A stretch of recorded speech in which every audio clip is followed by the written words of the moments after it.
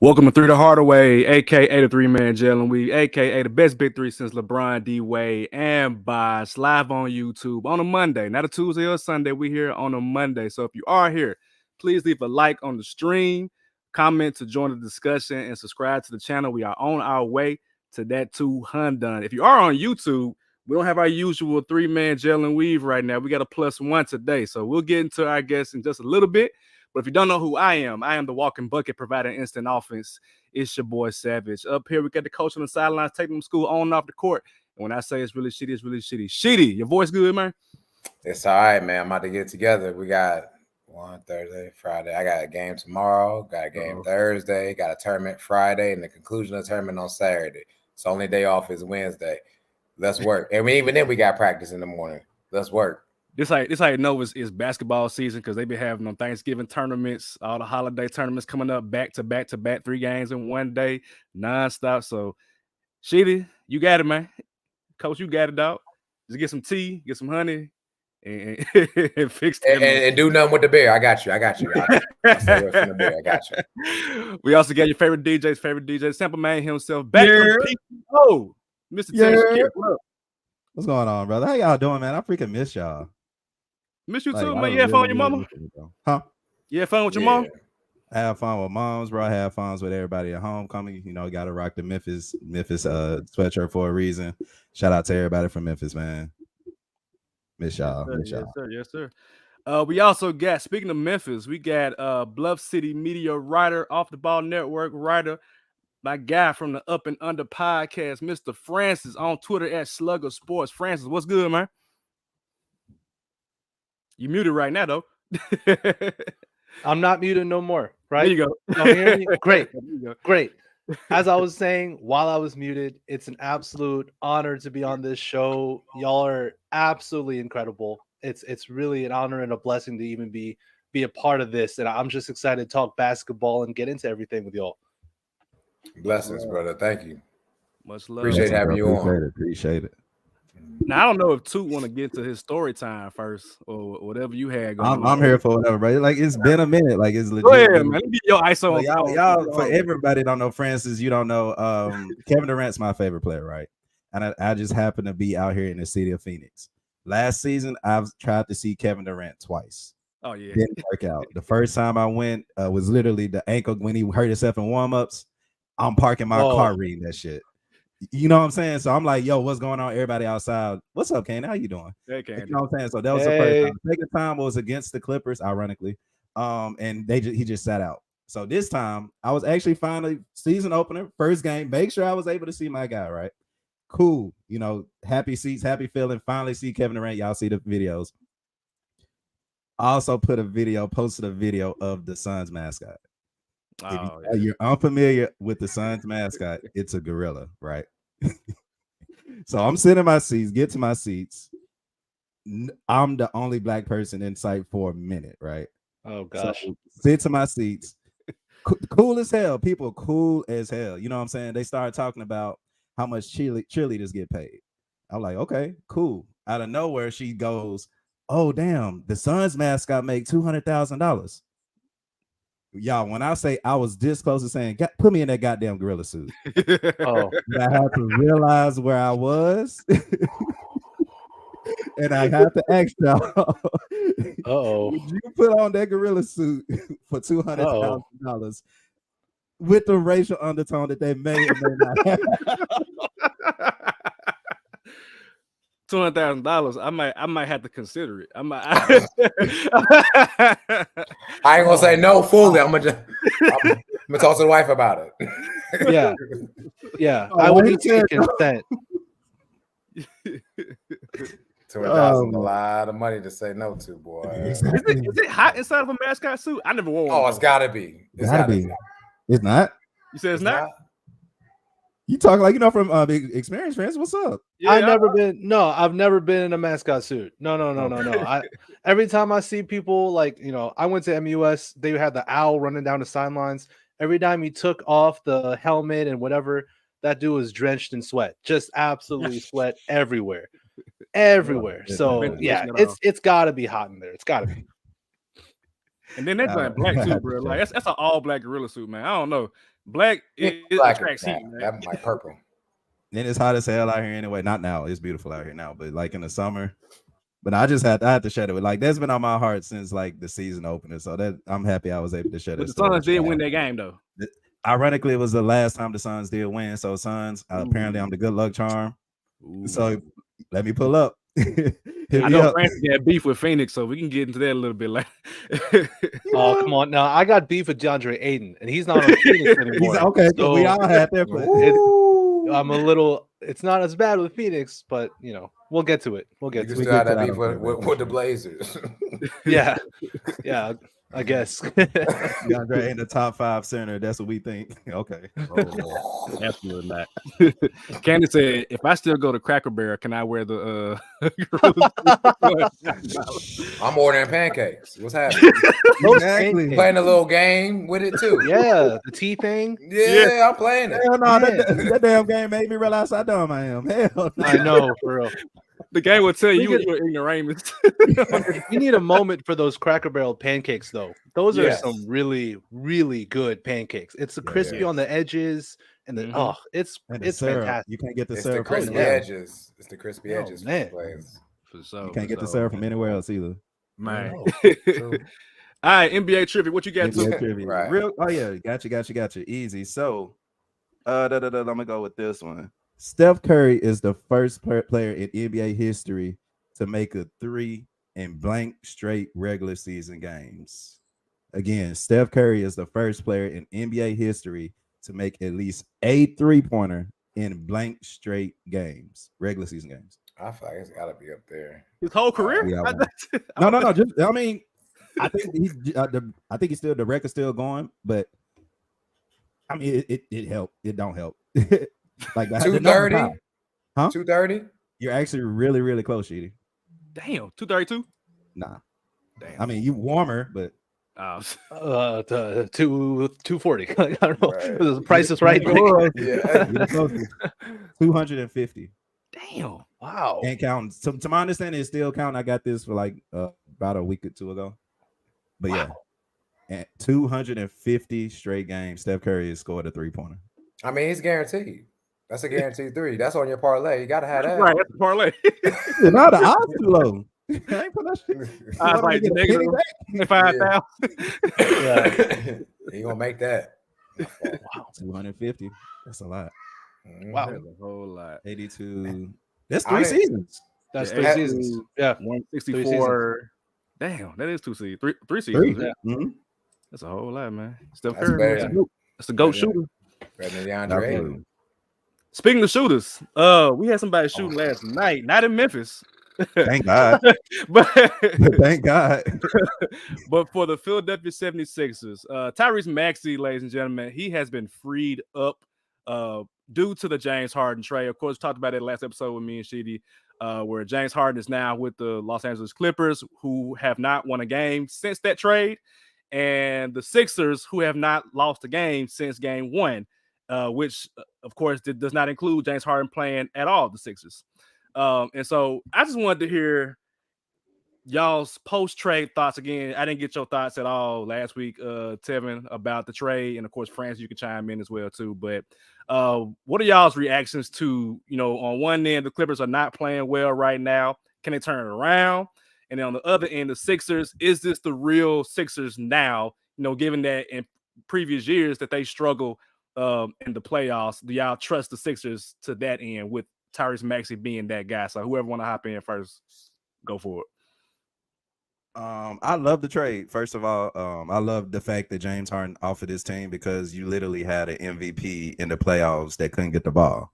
Like, granted, you can demand it, but you still got to have players to get it to it. And players, specifically James Harden, wouldn't do it. He wants the ball in his hands. And we're seeing him with, Kawhi, a team up with Kawhi Leonard, Paul George, and Russell Westbrook, and taking terrible shots. We're gonna talk about the Clippers in a minute, but as far as the Sixers go, I think the sky's the limit. Honestly, for them, they do have cap space to go out and get somebody and bring in somebody as well. But the fact that they're taking a playbook out the Nuggets playbook, right? Like over the summer, I said teams are going to be successful starting off with their big and starting off with their point guards. You got Tyrese Maxey, who I'm a huge fan of, unleashed, taking that Jamal Murray role. And of course, you got Embiid taking over the Jokic role. Granted, they do two completely different things, but right now, Embiid is second in the league in scoring. It's working for them. Tobias Harris, 20 points a game. It's working for him. Kelly Oubre, prayers up. Young Kevin Durant Jr., I gave him that nickname. Of course, I kind of didn't mean it. But prayers up to him. Was in a bad car accident. He's going to be missed a few times, but he was freaking balling on his team. And they were really, really putting it together. And I think they will continue. I think as long as Maxey and Embiid continue to show that they didn't need Harden, continue to show that, they could be dominant in the East, which they are. They're the best seed in the Eastern Conference. I think honestly, we can see them. I think they're in the season top 3, though. I think they may cool off just a little bit, but this is a top 3 seed that we're looking at. Yeah, my favorite part about the Sixers now is that you got a team that knows their role and is fully bought into their own individual role. Because before we knew the issues with having Harden and whose team really was it? It should be Embiid's team. But Harden wanted to have more of an elevated role, and he didn't buy into being Embiid's sidekick. He didn't buy into that. Tyrese Maxey, on the other hand, without Harden, I think, especially after last night, and though he put up 50 points, so it's hard to say he was Embiid's sidekick, but he knows his role, and I think he's actually the perfect guy in this moment to really complement Joel Embiid. And then you look up and down the roster, there's so much buy-in to what they want to accomplish. They have a better coach in Nick Nurse. Y'all know I don't like Doc Rivers at all. So they now finally have a great coach in Nick Nurse who can manage and knows his X's and O's as well. And, I have to just straight up say when I'm wrong. I was wrong about Philly because I had more concerns about Harden, and then now he's gone. It's like a cancer left the team. And it's like they can breathe clean air now, and they can just enjoy playing basketball together without that toxicity and the turmoil that Harden brings to a roster. So, I'm with Tev. Like, I think there's a really good chance that Philly stays a top 2 team in the East. And with Embiid, there's no reason why he couldn't be top 3 MVP at worst, or maybe go back to back, because this is now undoubtedly his team, and the rest of the roster around him knows that, and they complement him really well. All right, I ain't gonna talk about Philly. Y'all cool. Let's go ahead and talk about these Clippers. Please. 4 names. That's all they are. They're not players. These are not all-star superstars. I don't even want to hear that. This season alone, these are 4 players. Nothing against Paul George. I think he just went off the other night. Okay, cool. But consistently, I don't see it, Paulie. Don't see it. Kawhi Leonard, the claw, he's been declawed. I haven't seen him. He hasn't shown up. Ain't seen him. Russell Westbrook, unfortunately, got the boot to go to the bench the other night in favor of who? James Harden. For what? I don't know. James Harden literally, since he's gotten there, has the worst plus minus on the team. When he's on the floor, Teron Lou, he's terrible. Absolutely terrible. But you have a starting lineup with these 4 names and expecting to what? To win? Because of their names? We talked about this last week. These are 30-plus-year-old men that went through some injuries. This is not the starting 5. Somebody or bodies are going to have to come off the bench. Let's be honest here. Before the Harden trade, the Clippers were playing actually pretty good basketball. They were. And then what happened? They traded with Philadelphia because, James Harden wants to be with the Clippers. He wants to win a championship for LA. Cried his way all the way to the Clippers, and they lost about 4 straight. Embarrassing. And to be honest, they need a serious change. And I don't know if that means like PJ Tucker, I'm going to call him Cardio Tucker, becomes a starter, and one of those 4 players I mentioned becomes a bench and role player. I really don't know what that takes, Teron Lou. But you cannot think that these 4, as starters at their age with the system that you have built right now are going to go anywhere in these playoffs. The crazy part is I love the team before they traded for James Harden. I thought this would be a finals contending team. I thought Paul George would be stepping up and Kawhi Leonard. But I promise you, since that trade, I have seen nothing but a step down. I feel like every game, because every game they're not giving their all at all. And if they are, terrible, absolutely terrible. If that's your best, terrible. And it's not going to get better for you with the division you're in. Savage talked about the division before. That division is loaded. Even with the Kings being hurt with De'Aaron Fox, they're still above y'all. The Lakers are above y'all. Is this the Warriors are in there too? Above y'all. Y'all are the worst team. This team has the best plus minus of any losing record team right now. You look that up right now. At what, 3-6, they got like a +2. You finna say something real quick, and I just want to ask you because you literally finna say something. I want you to say it because technically, if you lose to the worst team in the league, that does make you technically the worst team in the league, right? So I just want you to say it. You were finna say it. The Grizzlies at the time were the worst team in the league, and y'all got embarrassed. I don't care about the play calls. I don't care about the foul. I don't care about none of that. They got embarrassed. So yes, they lost to the worst team at that time, and they continue like they're just on a downtrot. And y'all did all of this, and now what? Like you literally have to live with 4 30-plus-year-old men with no motivation to do better.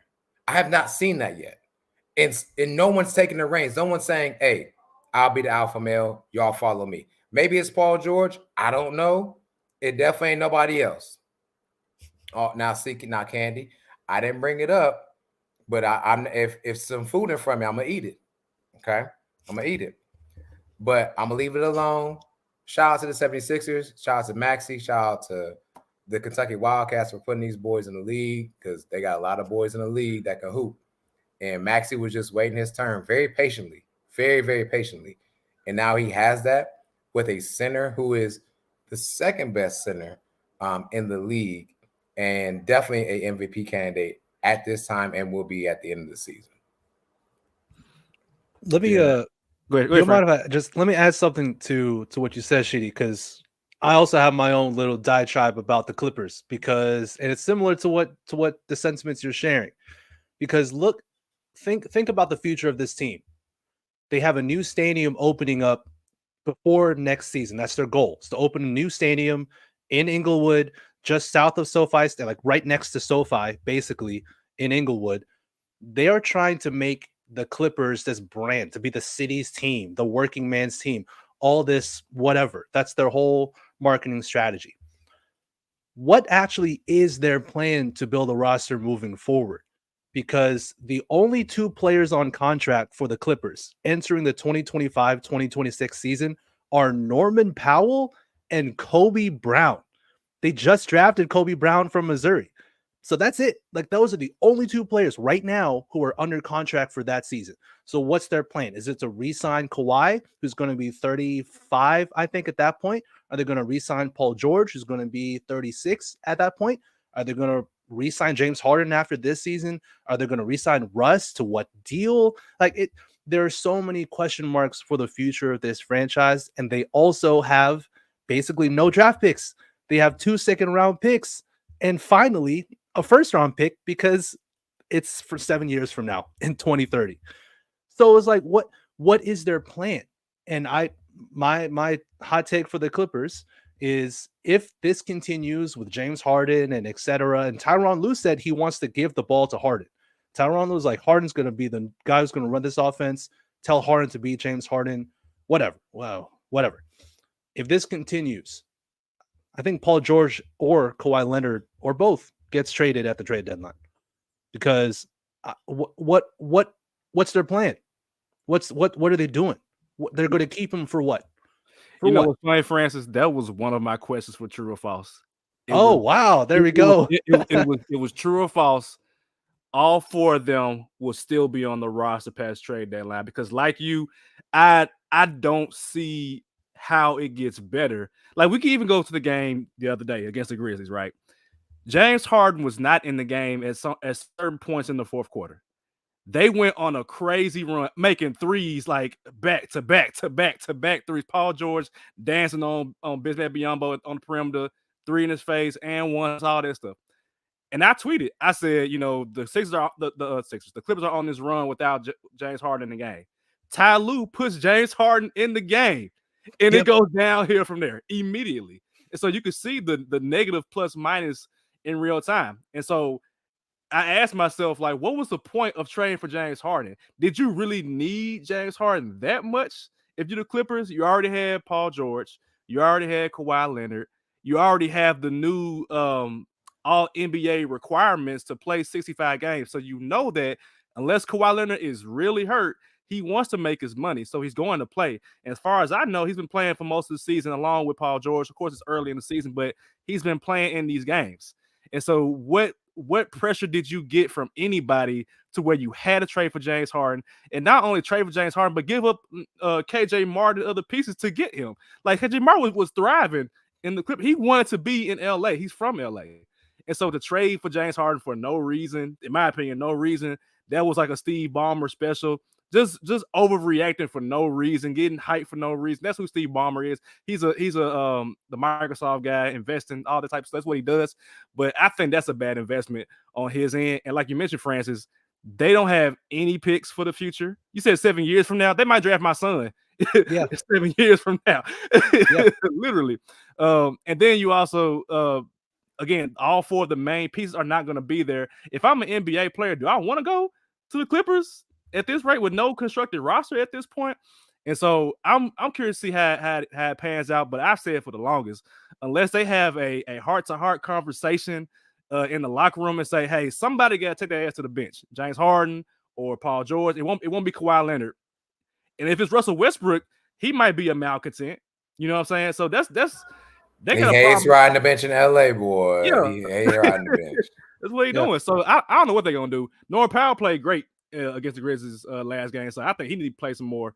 But right now, I don't understand the purpose of it. I literally don't understand the purpose of it. Shout out to my cousin. He in the comments. He said, what up, Eric? I think they are all happy to be playing their hometown and making their absurd contracts. That's about it. Yeah, that might be it. I mean, Paul George mentioned on his podcast that he said it's gonna work. I was like, Paul, you crazy, dog. I don't see it. I mean, I respect it, but I don't see it. And then Candy, in a way, I feel like it can work, and in a way, I feel like it can't. So how can it work then? How can it work? It'll work because I trust Ty Lue as a coach to allow them to figure this shit out. They may need a limit squeeze. Granted, it's only 2-3 games. Granted, James, you do have to change your offense around if you do get a James Harden in, right? At the same time, I think like once the Kawhi started taking his days off, that's when James Harden will be able to step up. Once Paul George started to take his days off, that's when somebody else will step up. You got 4 legitimate former All-Stars, or I guess current All-Stars, the way you want to look at it. Future Hall of Famers. How about that? 4 future Hall of Famers that are in their hometown. We question whether Russell Westbrook will be able to sacrifice on this podcast. Not with the Lakers. Well, honestly, in my opinion, he did sacrifice with the Lakers, and he won. And he went to the Clippers, and he's shining. I'm saying all that to say, if you're in your hometown, you're where you're supposed to be. The Clippers GM, I'm pretty sure they all went up to Paul George, Kawhi, and Russ and be like, yo, do y'all want us to get James Harden or not? Do y'all want us to go in for the next year and a half, all in? This is one of those moves. I don't think it's an overreaction. I just think that if you can't make it work with these 4, I don't think it's this trade deadline. You do something. I think it's next trade deadline because you got them all for a reason. You gotta see how it works. No, you would have to sign them, and they're going to need monster contracts because of their names, not because of how skillful they may be at 35, 36. And maybe that was a conversation that was had, though. I mean, they've all made a lot of money in their past as well. So maybe, but I say all that to say, at the same time, this is when, it kind of won't work because y'all know how I feel about James Harden in the playoffs. He's so that's why I'm like, it kind of won't work out either way it go. I want it to work out because I want my boy Russ to win in California. At the same time, you got somebody that's a disappearing act. So yeah. Speaking of James Harden, I didn't talk about the Sixers a little bit, but they did what was absolutely right. You break up the entire clusterfuck of Doc Rivers, Daryl Morey, and James Harden. So now that you broke off two pieces, now y'all can thrive now. Like Nick Nurse, great coach. Won an NBA championship with the Raptors. Cool. Daryl Morey is a competent GM. He might be kind of slow sometimes, but getting rid of Harden and getting players back and unlocking Tyrese Maxey, it's a great thing that he did. So I got to give Sixers some credit in that regard. They're still toxic in my opinion, but they made a smart decision and letting Tyrese Maxey be that guy. Yeah, it's fair. I think the only saving grace for the Clippers is Ty Lue. Like I really think that's it. If it were another coach, I think he won't out. I mean, you think he will want out? I think T. Lue wants to get out at some point because there's so much pressure. I feel like the pressure is on him to win. For instance, I'm sorry, not to cut you off, but I feel like there's a lot of pressure for him to win, and they're not going to get it done. Let's just call it what it is. They're not going to get. They play the Nuggets tonight, right? Nuggets, yeah. That's a blowout. Matter of fact, hold on. They schedule kind of rough. They get. Let me see. I had it up. Sorry, Francis. You can take over. Right there. No, it's okay. It just go ahead, Francis. He's the only saving grace, the only light that I see at the end of the tunnel for this season for the Clippers. Yep. Because I mean, on basketball, you know, you're a coach, Sheedy. Basketball isn't played on paper. It's just not. Yeah. But on paper, Harden with a run and pick and roll with Kawhi, Paul George, and insert whoever the fourth guy. Oh no, yeah, 1, 2, 3, 4. Like with Kawhi, Paul George on the outside, and another guy, and then Harden run and pick and roll. On paper, that could work because Harden is crafty enough to get downhill, draw two, make the right read. He's still a good passer, but that means that you have Kawhi Leonard and Paul George just being stagnant. Just standing there, doing a lot of nothing and a lot of waiting. And, you know, those aren't guys who you want to just be standing around waiting. Correct. In an offense. Those aren't the guys. So, like, on paper, it could work, but basketball ain't played on paper. No, sir. That's facts. So the Clippers on their schedule for the rest of this month. You got Nuggets tomorrow night. I mean, that probably is a loss. Rockets who've been playing good. Real good. Been playing good. You got Wemby back to back, so you might get one there. Pelicans, Mavericks, Nuggets again, Kings, and then Warriors. That's the November. So 2 games in there, maybe 3. Definitely not coming out 500. I can tell you that. Yeah. So Clippers, I mean, they got some work to do, man. I'm not gonna get too in depth with the Clippers next episode because I'm like we talked about them 2 back-to-back weeks, but I wanted to get y'all's opinion about that. So let's get into NBA true or false, gentlemen. So I told the guys I want them to come to this episode with some statements that may be true, may be false. We'll decide that. I'm gonna let Francis go first, man. What you got for your NBA true or false? If you got right. Come on now. I didn't just come on this pod for shits and giggles. No, come on now. I love it. Yeah. All right. So I have 3. So I'll just go with my first one that I have on my sheet here. It's better to build a team around Anthony Edwards than Tyrese Halliburton. True or false? Damn, I like you came with the heat. I like a good point guard. Damn. I'll start. I'll go ahead while y'all thinking about it. I'm gonna say I want Halliburton. As great as Anthony Edwards is playing and still going to play, Halliburton has had his games where he goes off too. Yeah. And he doesn't forget about getting his teammates involved. Anthony Edwards has stepped up on defense too. So it's like it's hard, but when I think of if I'm building a team, I'll take Halliburton right now. Halliburton, my guy, man. Damn. I'm going with the better player. Give me Ant-Man, man. I'll find me a point guard somewhere, and I'll figure it out. But Ant-Man, I feel like that's an elite talent. I mean, Tyrese Halliburton's elite as well, obviously. But I think as far as like the potential of what Anthony Edwards could be on both ends, you might have Jimmy Butler on steroids and Anthony Edwards. Literally. we're literally linked, Savage. I was gonna bring up Jimmy Butler actually. So give me Ant-Man. Give me Ant-Man for sure. The reason I say is because like I'm thinking of players that have actually been like winning as far as like NBA finals or at least gone to. You got players, name the point guards, true point guards that you can build around that's been to the NBA finals in the last few years. Steph Curry is the only one.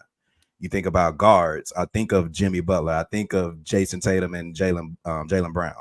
So, and I think Max Kellerman a few years back, of course, when he was on First Take, he was saying the best way to build your champion, your team around the championship is to bring in a guard or forward, like the Michael Jordans, like the Scottie Pippens. And I don't know, it just happened to work. So I got to go with Ant-Man, even though Tyrese is doing his goddamn thing. Oof. So two truths and a false. So my internet froze when Sheedy spoke. What, Sheedy, did you say Tyrese? I did. I broke down Sweet Lady. Tyrese Halliburton. Okay. All right. I'm gonna go. Dang. Okay. I'm gonna go Tyrese because I want a person who can shoot and pass. And Tyrese is still a good defender. He can get rebounds too. And so I want the more all-around player. But I'm talking by like a razor thin margin. Yeah, it's thin, Tyrese. It is razor thin because the best part about Anthony Edwards is the fearlessness of him. Yes. The fearlessness, the way the fearlessness he plays basketball with, the reckless abandon on both ends. Oh, by the way, he can defend now too.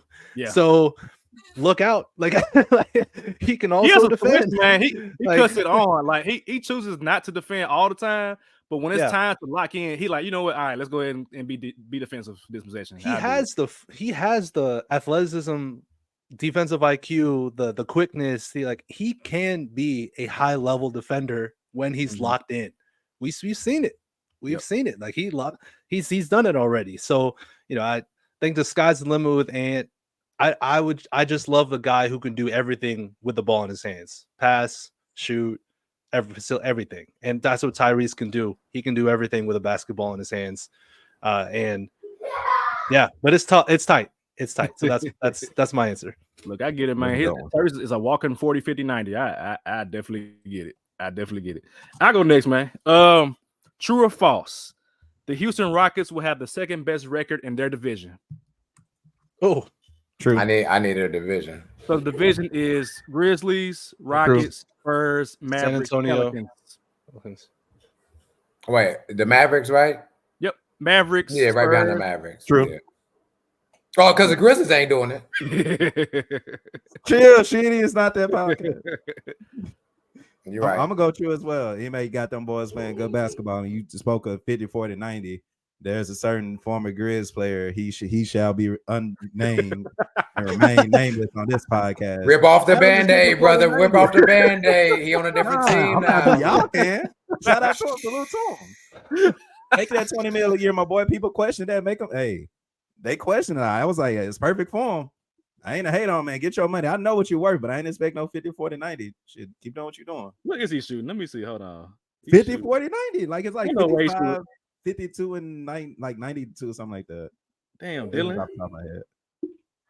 Damn, Dylan. That's crazy. Damn, he just said his name.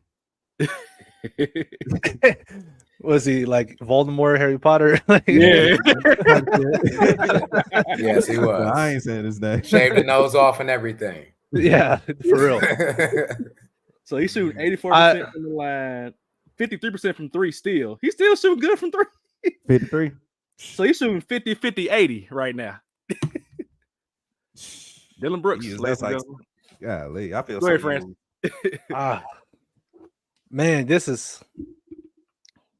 I'm gonna say false. I gotta say false. I just don't think Houston, and this may be just me reaching. I just don't think Houston wants to win now. Like I think they want to still grow, and theirs are still a very young team that they're still trying to develop and find and still build for the future. I don't think this is sustainable for Houston. Maybe I'm naive, whatever. I just don't think this is sustainable. I'm not going to sit here and say I think the Grizzlies will then have the second best record in the division, but I don't. But I just don't think it's sustainable. That's all. That's fair. It's tough because again, Memphis and the Pelicans are probably the next threat to be the second best record, and both teams have a lot of struggles that I'm sure we'll talk about. But I just don't think it's sustainable. So I'm gonna say false. I'm gonna say false as well. I think they'll fall apart at some point. I feel like Dillon has to come down to regular numbers. Like he's not shooting 50% for the damn year. If he does that, I might buy me a Dylan Brooks Houston jersey just for the good look that come with that. I mean, if he does that, he wins most improved, right? He just wins most improved player. He does that. He just made second team all defense. He does those offensive numbers. What he's on all NBA team at that point. Like, come on, like this is not going to be sustainable. It can't be. Please, it can't be. It just can't. That's all. The irony. I don't. My only push is I just don't see enough from the Pelicans yet. Mm-hmm. Yeah, and that's the problem. Like we've talked about this ad nauseum. You can't get too far behind in the West, and I think the Pelicans are really trying to figure this out. Where Ime is like, "Yep, I got this. We locked in." I hear you guys. I don't think they'll be like number 4 and whatever they're at number right now. I think they're like in the top 4 seed right now. I completely agree there. But I truly think they have a shot at being the second best team in that division. So I'm going to stand and say, yes, it is a true statement that they will be the second best team in that division. So true. I'm with you. All right. I'm with you. Hey. Let me see. I got one. Go ahead. Oh, yeah, I'll go after you. Go ahead, too. All right. So, hold on. Let me pull up his stats because it's time to be petty. There's a certain player that y'all expected a huge season from. Matter of fact, Savage, I think we actually made a bet on this podcast. Oh, Lord. Saying that I told you that he was not. This player is having the worst season since his second season, shooting 30 again. Steph Curry. If you talk about Steph Curry numbers, 30% from 3. Oh, no, don't do this, bro. Don't do 16 this. 16 points a game. Jordan Poole. So, true or false, Jordan Poole will continue to average not the 25 that y'all said he was going to average. More specifically, this guy up under me. He won't even average 20 points a game for the rest of the season. True or false? Stop playing with me. Hold on. For the rest of the season or for the rest of the season? He's at 16 now. Y'all expect him to get to 20 points a game? Because I don't. So you're saying finish the year. He won't finish the year above. Okay. Above at 20 points a game. Mm-hmm. He's at 16 right now. And Savage said 25. I think Sheedy was with him. I was. I said north for 25. I ain't gonna lie to you. Listen to me. It's like when you made all your statements about the Heat, we're gonna listen to the Heat fan because he know what the hell he's talking about. Y'all better listen to this Warrior bandwagoner because I know what the hell I'm talking about. Look, between you and Tyler from Fat Boy Fadeaway, look, the second episode of the season, I said I'm shutting down Wizard stuff. I watched one game. I said that's enough. That is enough. That's enough. Yeah. I feel like he's gonna get to 20 at least, not 25, but I feel like he's gonna get to 20. So I have to say that is false that he wasn't gonna do it. Mm-hmm. He gonna get to 20. So I say false. He gonna get if he gets to 20, yeah, false. Yeah. He'll get to 20. Okay. He getting to 20, man. Sheedy. Francis. It's just the Wizards are so fucking terrible. So bad, man. It's like, but somebody has to score, though, right? Like, they showed that Jordan Poole highlight of him doing the 2 spin moves. Y'all know how I feel. After the highlight is done. What was his final score? A loss. Another loss. That's what it was. So I will say false because I say it would be 25 plus a game. I believe he can get 2 more buckets a game. Yeah, that's all you gotta get. 2 more buckets, man. And that's at 20. And I mean, he's gonna get those in garbage time. I mean, because who's his backup? Nobody cares. It's the Wizards. They garbage time started 12 minutes in the first quarter. Yeah, it does. And I will give you that. I will absolutely give you that.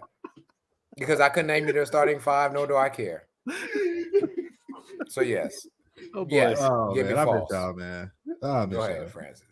I will also say false for the reasons that have been mentioned already. This someone's got to take shots. I mean, what is Corey Kispert gonna take?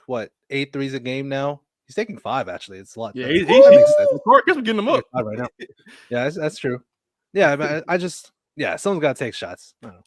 Yes, or not true. False. That he'll get to 20. All right, Shady's on you, man. Man, I don't. It's like a 2-part type of true or false, but fuck it. I just feel like this. Hey, listen here. The Bucks will not make it past the second round this year. Oh Lord! Don't hype. See, look. Two been gone for 1 week. Been gone for 1 week, and now he gets to just turn up. No, man. No, I mean, they missing Drew Holiday in the worst way. That's all I'm saying. Of course, we eliminated them last year. Okay, yeah, but they sitting pretty terrible right now. So I'm saying, true or false, the Bucks will. I was going to talk about the trade deadline, but they can't trade nobody, so they will not make it past the second round of the Eastern Conference. That's false. This year. I got them winning the championship. That's false. The in-tournament championship. The in-season tournament in Vegas. They're going to win. Gotta be the NBA championship. It looks ugly right now. It looks ugly right now. They had a new player inserted into the team. They got to figure their stuff out. So it's false. It's an overreaction, ladies and gentlemen, which is okay this early in the season.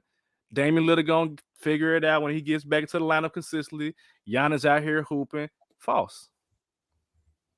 I'm going false too. Just Dame he's only played 7 games, and I think is the hope obviously is that he stays healthy. Now, if you told me that Dame is only going to play, let's say 50 games this season, 50 games this year, and he misses, I don't know, let's say he missed like 5 games in the playoffs, then you give me that, then I'm more willing to say true, because a lot of this team rides on Damian Lillard's health, and let's not sugarcoat it. He has health issues. Mm-hmm. So, if he stays healthy, which is a big if, then yeah, I'm a savage that Milwaukee's a damn good basketball team. I think Giannis and Dame are really good together, but it is a little worrying how much the season rides on Damian Lillard's body. It's a lot worrying because it really does. It's all on Dame's health. It really is. So you say it's all on Dame's health, which is a huge part of it because you got to have a closer, especially at the end of the games. My thing with the Bucks is when they made the trade, and I told y'all they weren't as good as because of everybody else. You got Brook Lopez, who was averaging 6 points last season. He's barely averaging 9 this season. You got Chris Middleton, who, let me see, I got his stats up right now, was averaging 15 last season. He averaging 11, and I done seen plenty already. I mean, granted, 7 games, sure, but I done seen a couple of his single-digit games. That's it's too many old players that you got on this team. I'm just keeping it real. I think that may have played a part as to how the Heat beat the Bucks last season too. Everybody, Chris Middleton 32, Brook Lopez 100. Bobby Porter should be starting. Like, come on, man. Like, so granted, Dame is gonna be Dame time. I'm not calling that shit free time. Hell no. Giannis still trying to pull threes like he's Steph Curry. I done seen him do it a couple times like he Kevin. Hey man, he made one tonight. He 1 for 1 tonight from 3. What you mean? He gonna make another one for the next 2 weeks. He made one the other day. Last week, too, actually.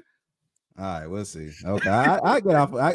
I lean out. He have been shooting more. You miss 100% of the shots you don't take, I guess. So you do got to shoot more in order to make more.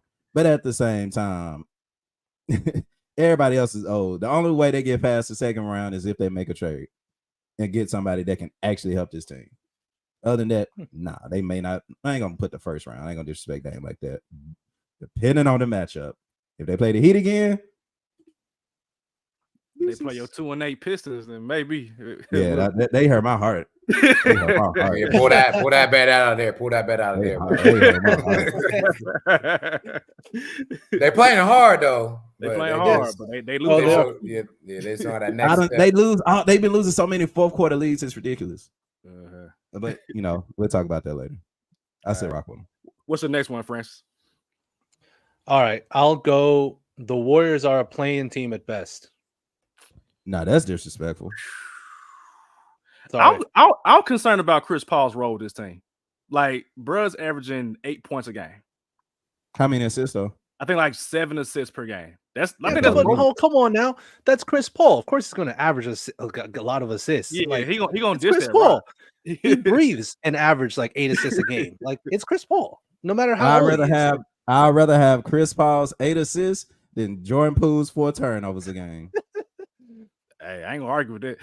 Yeah, that's one way to look at it, I guess. but I feel like Chris Paul, like, I don't know his temperament with the team right now, but if I'm Chris Paul, I could be starting somewhere and doing better, because I don't know if the Warriors like enjoy their roster right now. There's a lot on Steph Curry's shoulders right now with this team. Like, he might be averaging a career high, I think, in points or close to it, something like that. Let me ask you this, Average. Let me ask you this. Go ahead. I'm thinking about it now. Where can he go and start and immediately contend for a championship? That I don't know. Could be one of them, but and that's the thing too. Yeah, the Warriors do present the best chance for Chris Paul, who's 38, 39, to win a championship. That's what it's about. Does he? Better fit in. Does he?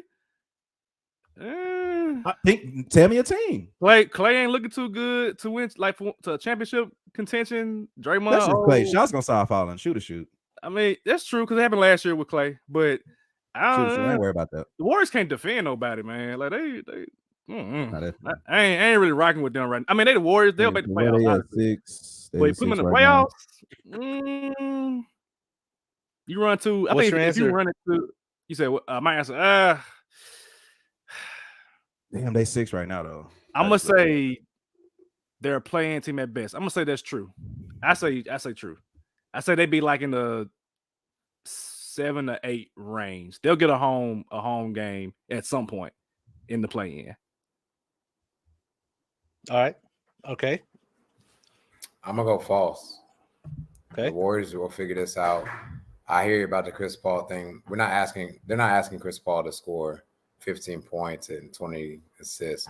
Now, granted, the rest of them do need to figure it out too, Klay Thompson included. But this has been a team that's figured it out when it's counted and needed the most. So I'm gonna say false that they will be a top 6 seed, meaning they'll be in the playoffs. I'm gonna say false as well. I think they can maintain at least being a 6 seed for sure. And I'm looking at the teams that they've lost against. They're on the 3-game losing streak. They lost to the Nuggets by 3, the Timberwolves by 6. I told you about the Timberwolves. Stop playing with them. And the Cavaliers by 8, which will be a playoff team. So the Cavs beat them twice. They did beat the Thunder. They beat the Thunder. They beat the Kings. They beat the Kings twice already. So it'll be that 7. So I honestly say yes. I'll say yes, because I think that's 7. They won't be number 8. I go 6 or 7. They won't be 8. Man, you on the fence, man. You can't do 6 or 7. You gotta do one of them. I'm saying yes. I'm saying yes. I'm saying yes. I'm saying yes. I'm saying yes. True. I'm playing playoff team. I say playing team. Okay. I say, but they 7. You know what I'm saying? Okay. They won't be 8. Yeah. I'm saying true. I got some shooting stats that might surprise y'all. You obviously may notice, of course, but they're 26th in field goal percentage. They're 20th from 3, 21st in true shooting. I mean, this team can't shoot the ball besides Steph. Clay can't shoot right now. 26 the Warriors are 26% from the field. They're 20th from 3, like 20th from 3. And this is the Warriors we're talking about. Right. And so besides Steph, they really do struggle to space the floor and just put the ball in the hoop. Like they just struggle with that. It's defensively, they're all right. Scoring, they're actually 11th in scoring, but they don't score efficiently, which is a big issue for them. And I mean, Steph is still Steph Curry. I just don't fully buy. I don't buy the rest of this roster. I think Chris Paul is just Chris Paul at this stage of his career. He's a guy who'll average you 7-8 assists per game and score like 8 a game. Like he's just Chris Paul. Like he's 37-year-old, 36, something like that. He is what he is. He's a good backup point guard. That's it. So if you're looking for more out of Chris Paul to lead a second unit, no. Like I'm out. Like I'm out on having him lead a second unit or him being a major producer when it comes playoff time. And so now you got to put a lot of trust in Andrew Wiggins, Draymond Green, Jonathan Kuminga, et cetera, et cetera. And I just don't buy it. I think they'll be a playing team, but that's at best they're a playing team into my head. I would be curious to know what's their opponent field goal percentage like, because I can't see them guarding anybody. I watch them, they're not guarding anybody. So I'm wondering, like, what's it look like when you have a lineup of like Chris Paul, Steph, when you get that small ball lineup? Like, who is Chris Paul guarding? I gotta watch them that a little bit closer. But yeah, I just can't. You're relying on like Kuminga and Wiggins to get buckets. Them dudes ain't getting no buckets, man. Like Wiggins has 10 a game. Nah, man. And Wiggins is the disappointment in it all because 2 years ago he was an all-star. So and Kuminga, I just looked it up. I just looked it up, and Kuminga's averaging more points than Wiggins. So I think that's kind of where a disconnect is as well, because like I said, Wiggins, I expect him to average at least 15, 16. He had 10 points a game right now. That's terrible. That's a disconnect right there. That's terrible. That's Steve Kerr. Steve Kerr, coach, man.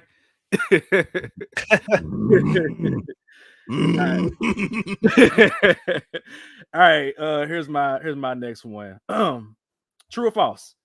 Zion Williamson will play more than 60 games for the Pelicans this season. Ooh. Whether that be injury or trade, Zion Williamson will play 60 games for the Pelicans. True or false? So for some reference, he played. Let me see. I was about to say how many games he played so far this season. I think he played 8 games. Yeah, he started 8 games. Yeah. I mean, the most he's ever played is 61. I'm looking at his stats right now. So I mean, the most he ever played is 61. Mm-hmm. I mean, I'm gonna say false. Like the most he's ever played is 61 games. Like I just if he plays 60 games, that's basically, especially in today's NBA, that's damn near playing an entire season. Like, so I'm gonna say false. What's Zion contract looking like? He just got signed. A lot. He got extended. Yeah. A lot. If he wants to get out of New Orleans, he's gonna have to play some basketball. He's gonna have to bring his value up, because right now, I mean, he can still hoop. He's still doing his thing, but nobody, you still injury prone. You still, quote unquote, don't care right now. You are an NBA All-Star potential. You got the talent. You got the skill. Do you have the mindset? We'll see. Do you got the body for it? Apparently not. We barely seen you in 60 games in a season. So I say that to say at some point you're gonna have to put it together to at least increase your value to get the hell out of New Orleans. I think this will be a good start of a season. So I'm gonna say true. I think he does play 60 games this season. I'm gonna lean on false. I don't see him playing more than 60 games. When you talk about his body is not for the NBA. It's for these strippers out here that he been screwing and leaving it in with. Just had a baby, man. God bless him. God bless him. And they do. He's a left tackle, defensive tackle, whatever. The strippers love dad bods. The ladies love that stomach of his. Love it. Love it. Huh? What you just asked? These strippers love dad bods. They love his. Look, it's a bunch of rich white men in them strip clubs. They got dad bods. Oh, so you know they nah, they just got money. They don't care how they look. All the people see is green, cha-ching, cha-ching. Oh, they say it's a blazer in the stomach. Blazer in the stomach. A blazer in the stomach. That's all they say. You know that's money though. That's money coming. We see the blazer in the stomach. Why would Zion actually wear that? Like, I feel Zion's going to do a press conference in just a blazer and just no shirt, just a black blazer, and like those shorts LeBron James wore at a press conference. You know what I'm saying? Like he got up, he just wearing shorts. Has he done that before? To his thigh. He might have. I forget what year, but it was in the finals or something. He got up. He had like a little man purse, and he had shorts up to his like put the shades on and walked on upper thigh. Yeah, Zion would need a 5X. So I say he's not gonna play 60 games. If 61 has been his zenith, he ain't going past that. Vocabulary, come on, man. Yeah, come on, he ain't going past that. So for reference, he's played 24 games, 61 games, no games, 29 games, and right now he's at 8. I feel like we haven't seen Zion that much at all. Like throughout his career, we even with Ja Morant's suspension and everything, like we've seen him play a lot of basketball, a lot of playoff basketball, to where we know, like, okay, he's a long-term longevity player. Whereas Zion, I feel like it's like you see him and then he's gone. It's like a comment. You see it, then 30 years later, you just wait for the next one to pop up again. So I'm gonna say that he will play 60 games with the Pelicans because I think they're gonna trade Brandon Ingram at some point. They're gonna have to. They gotta figure something out with it. Yeah, because they put in too much money into Zion. Yep. Way too much money. You got to keep that now. Yep. That's totally fair. I mean, he's literally only played. He only played 24, 61, missed all of 21, 22, 29 games. I mean, obviously the season just started, but like, yeah, he hasn't played a lot of basketball. Nope. Just got all that money and just chilling. I mean, hey, cool. Do your thing, bro. I'm just jealous. Let's see. So currently, Luka Doncic is leading the league in scoring with 32.6. Right after him is Joel with 32.4. True or false? Luka will continue to lead the league in scoring for the rest of the season. True. Damn, that was quick. True. Yeah, true. They figured out something in Dallas. Yeah, like with Kyrie. Grant Williams is there, knowing his role on defense, playing well for him. Tim Hardaway is jacking up a lot of shots, but he averaging like 15, 16 points a game, something like that. They figured out something. I don't know if that's sustainable for them to be like 8-2 or whatever. But I mean, if Luka's is being Luka and Kyrie is your mercenary, I mean, you can't guard both of them. And Luka going. I mean, we saw the Grizzlies game. Luka gonna work whoever guarding him. It don't matter. So yeah, give me True for that one. Give me True all day long. That's crazy because Luka averaging 33 and Kyrie averaging 23. That's like a 10-point difference in itself. That's crazy. Still.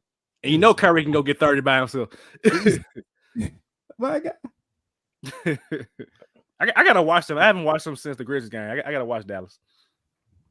I was so low on them after the trade last year. You know, I was talking so much shit about them and this was so dumb, blah blah blah. They can't defend all that stuff. And while a lot of that was true, in the latter half of last season, you know, I got to give Dallas credit for adding actual dudes who can defend on this roster. You know, they actually have solid pieces around Kyrie and Luka who can make up for the deficiencies on defense. They finally have a rim runner. They have a rim protector. They have perimeter defenders. I mean, I'm not saying that Dallas is my pick to win the NBA title, but I mean, I'd be shocked if they finish below third or fourth in the West. Like shocked, absolutely shocked at this stage. I'm gonna keep it brief. Yes. On you, Sheedy. All right, this will be the last one, man, because we're about to be here all night with this true or false stuff. But it's the last one for me. I just say that. This last one. I've talked about this player in our group chat a little bit, and he just went underneath the radar. Team is not doing too well right now. If the Cleveland Cavaliers continue on how they're doing right now, and right now that means they are, I believe, out of the playoffs. Like 11, I think. They're 4-5, I think. Right now. But Donovan Mitchell is hooping. True or false, they will trade Donovan Mitchell and rebuild this team again. Trade Donovan Mitchell. Whoa. Well, I'm for that personally, first of all, because I said for a while you gotta get rid of Garland or Mitchell because that's too small of a backcourt. Granted, they play better when you've got Jared Allen and Mobley together, but Jared Allen's always hurt. And so that kind of throws things off for Cleveland. Because you know he's not going to stay after his contract. He might. I mean, if you build a contender around it, he might. So you might have to be proactive, like what you're basically implying. Trading Donovan Mitchell means that he's upset with what's going on and what he's seeing. But they have him under contract. I don't know how long the contract is. This year and next. This year and next year. So I think to that end, they just signed Garland. So I don't know, man. That's tough. Damn. I don't think they're gonna trade him this year. So I'm gonna say false. It wouldn't be this year. That's tough. I'm gonna say false too, just because I really like this Cavs team when they're fully healthy. Jared, I fully echo the Jared Allen thing. He does get injured. He just came back recently, so hopefully he can be sustained with his health. But I've been on record saying that I think this Cavs team, when fully healthy, works really well. Like, I think this is a top 3, top 4 team in the Eastern Conference when fully healthy. It doesn't bother me the size of the backcourt with Garland and Donovan, because they have 2 defensive anchors who can protect the rim and absorb anything that goes to a basket. And they were still, last year they were, I think, third. They were top 3 in defensive efficiency. Yes, that's what I remember. They're definitely so I don't think there's real concerns with me for Cleveland besides health, because I think this is a really good team. It's just unfortunate that they're in the East with a top 3 of Philly, Milwaukee, Boston. That's just so good. I mean, it's so talented. And so now it's a matter of, does Cleveland have enough depth? But no, I don't think they'll trade. I don't think they'll trade him. I think they'll figure it out. And no, I'll say no. False. I think they give him 1 more year.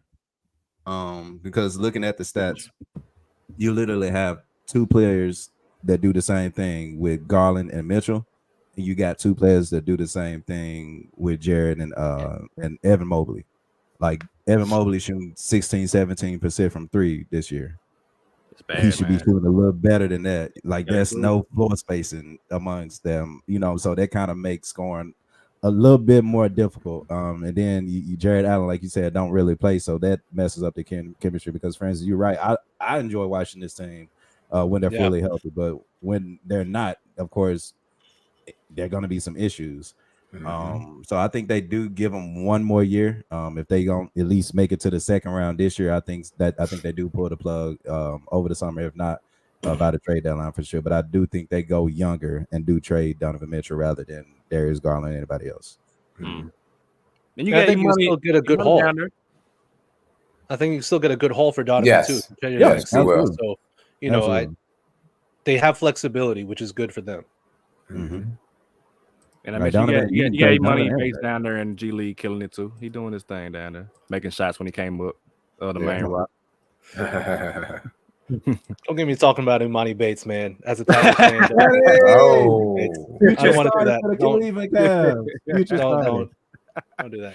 Don't do that. I will talking about the Grizzlies though, Francis. Before we get up out of here, man. I just want to hear your perspective about what are your thoughts, your feelings about the Grizz season? Are they going to turn it around? These 2 guys above us, they think they're not making the playoffs, which, I mean, by the way, Grizz Twitter, I need y'all to accordingly apologize when necessary, because because y'all attack my guy. Look, man, I just edit the videos, man. I take what's said on the podcast, I edit the videos to make it an enticing clip for you to watch the whole show, which I don't think a lot of people did from that clip, because you would have saw the entire explanation from it. But that's exciting right now. That's TikTok, that's everything else. But yeah, Francis, I want you to just kind of just talk through what you are seeing with the Grizzlies right now. I've talked about this briefly before, just on Twitter, and this to me is the biggest problem for Memphis going forward. It's now they have a genuine lack of direction. I'm not really sure what their plan is, because is their plan now to literally keep building for the future by using their draft picks and drafting players and trying to develop them and still trying to be a homegrown basketball team? Is that their plan? Or is their plan to try and win now? And I thought that was pretty clear after Kleiman's exit interview last year, where he was like, we realized it was a bad decision to triple down on youth, and we should actually try and take steps to get older, get more vets, and get more experience. And I thought that was showing me that they had a genuine plan and an outlook. And now I just don't know what it is, because the rest of this team is currently constructed. They're just not ready yet. Jake LaRavia, David Roddy, Zier, God bless Zier. It makes me sad like that, because he showed promise in the preseason. Santi has been a plus, which is good, but we put so much hope and focus on David Roddy, Jake LaRavia, and Zaire Williams. That's why they let go of Kyle Anderson. Why they let go of Melton. The Grizzlies thought they could get similar productivity from these guys, and it just hasn't happened. And in my opinion, I don't think it will happen. And if that really is the case, then that's a massive problem, because then this front office has to look itself in the mirror and really determine where they want to take this team. They have a big three that is as good as anybody in the NBA of a big three. And they got Marcus Smart, who's under contract for 3 more years. So that's another really talented guy to play with that core of big three. But now they really got to figure out what they want to do with the rest of this roster, because I don't think it's good enough. We've seen it. Like I was on record saying Memphis would be 10-5. What did I say? Yeah, and when Ja's 25 games, when he was out, they would be 15-10. Thank you. I'm sorry. They would be 15-10 without Ja Morant, and I was confident in that. Now 10 games in, 2-8, no way in hell that happens. Like no chance. But the reason why I thought they'd go 15-10 is because I believed in the depth. I believed in those young guys to take a step forward. And maybe it's like the homer in me who sees these young guys and thinks like, oh, they can develop really quickly. But look, player development is really hard. Just period. No, not just the NBA. It's really, really difficult. And I think this front office saw what they did with Desmond Bane, Brandon Clark, and then Santi as well. You know, they're in the green with that. And they thought that they could just win within. But unfortunately, the house always finds a way to win, because player development is really difficult. So I don't, you ask me, like, do I think Memphis can turn it around? How do you define turn around? Like, do they become a playing team? I will still bet on Memphis becoming a playing team, because Ja Morant will come back at some point. They will start to win basketball games, and they'll be better. They'll just be straight up better. So could they be a playing team? Yes. But I don't think, and I hate to say this, I really always try and be an optimist. Like 3 of y'all know me, my persona pretty well. I really try and be an optimist. I just don't see Memphis getting out of a playing spot at the way they're currently constructed, even if Ja Morant comes back. I don't necessarily think it's on Taylor Jenkins. I'm putting a lot more of this blame on the front office, because they bet on themselves and they've lost. They've lost because now they either have to cash in those low value trade assets in LaRavia, Roddy, Zaire, whatever. They have to get another guy, or they just hang on and hope and pray that they get value again for a future move. That's it. Those are the only two options, because free agency, they don't got a lot of cap. They already got to pay guys. Draft picks, similar, same thing. They're going to be young again. So I think this front office is at a genuine fork in the road. They got to figure out what direction they want to go, and we'll get the answer soon enough. Trade deadline will come. We'll see how Memphis responds. But a lot of my blame is more so on the front office than the players or the coaching staff. So that's how I feel. That's good perspective. I'm big on blaming Taylor Jenkins, because I feel like you have to coach these guys better. But the front office one, I could definitely see that too, because they definitely, I think they were feeling themselves. They're like, all right, we drafted Brandon. You mentioned Brandon Clark. Brandon Clark was a hit. Of course, Ja was a no-brainer. Like, that's number 2 pick in the draft. Bang was 30. Aldama turned it around in his second year and on. So I think they were just like, yeah, we good. We can afford to take a chance on Zaire, trading up to get him at the 10th pick, I think, and then we'll work as a project to be like I think somebody compared him like Danny Granger, which is crazy to me. But I did say he could have developed to a Paul George type when he first got drafted, but I don't see that anymore. He can't shoot. So, but I can see the front office being blamed for that. I guess my last closeout question to you would be is what do you think they will do at the trade deadline? Do they parlay these players, LaRavia, Roddy, these young players who they essentially you can't get really anything out of that's worth anything? Maybe Roddy. Roddy plays a lot. When he plays, it's kind of all over the place, but he at least plays good defense in spurts and plays hard. Moments. Gives you like the Marcus Smart assists to Roddy. He was cutting to the basket, made the shot. That's a big moment for him. And Zaire wasn't playing at that time. So do you think they parlay all those players together and go get like another role player, an older role player? Like, what do you see happening this season? Really quick, just another thing about the front office. They totally mishandled the Steven Adams thing too. So that's another big thing. That's another big massive X against them. Because I don't understand how we even got to this point. You know, the four of us will probably never know because they're never going to tell. We'll never know. But it's ridiculous that we're even at this point with Steven Adams and he's not healthy and playing. And shout out to Bismack Biyombo for playing hard. I'm happy to see him play hard and help Grizzlies win basketball games. But anyway, so to your question, Savage, my answer is my heart answer and my head answer are different. My heart answer hopes for that they actually package something. They still have trades. They still have draft picks and they have young talent. Whatever, how good is that talent? Not as good as they thought, but it's still young players who can still find a role and maybe help some team, or it's possible. So my heart says yes, they're going to make the trade, but my head is smarter than my heart. That's where my brain is. And this Grizzlies front office is so risk averse. They're so afraid to make moves. They're so afraid to make that big move, and they're not going to trade anybody like at the deadline. If they trade someone at the deadline, I'll do something. Like I don't know what I'll do. I'll do something. Maybe, like I said, maybe do a beer mile or something. I don't know. I would be shocked. So there'll be a major trade then, like a major trade of like Zaire Laravia, not like a small trade, like we trading freaking Gilliard or something like that. We trade like an actual. Okay, that's what I mean. Like, are they going to package Zaire Laravia, Roddy, picks? Maybe Santi, whatever. Like, are they going to do that, or even Luke Kennard to try and get someone else who's more of a two-way player? Who knows? But are they going to package picks and players to get a star? Nah. Like I would love DeMar DeRozan on this basketball team.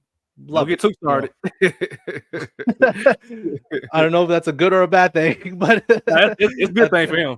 Okay, yeah. I mean, I think he would be great. Like the Bulls are going to implode, so Levine or DeRozan should be available at the trade deadline. And if there's just no way. Like, I would bet everything I own against the Grizzlies making a trade for a star, because that's just not what they do. Like that, they haven't shown any inkling, any signs that this is how they approach team building at all. So, yeah, I don't think there's any way.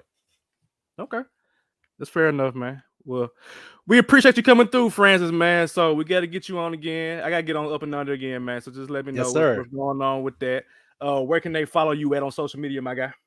Y'all can find me at Slugga Sports, at SLUGGA Sports. Y'all can find my work for Bluff City Media. Tigers basketball's picking up. You know, I got a lot of articles coming out for Tigers basketball. It's an exciting time. They got robbed in the AP poll, but whatever. You know, they'll take care of business. Yeah, they'll be fine. They're going to take care of business in the Bahamas. They'll be fine. So yeah, find me on Bluff City Media. Shout out Off the Ball Network people as well. Find me on the Up and Under podcast that is a part of the Off the Ball Network. Shout out those amazing writers and content creators. And, you know, Sheedy, you're an Ohio State fan, right? Am I wrong? You're never wrong about that.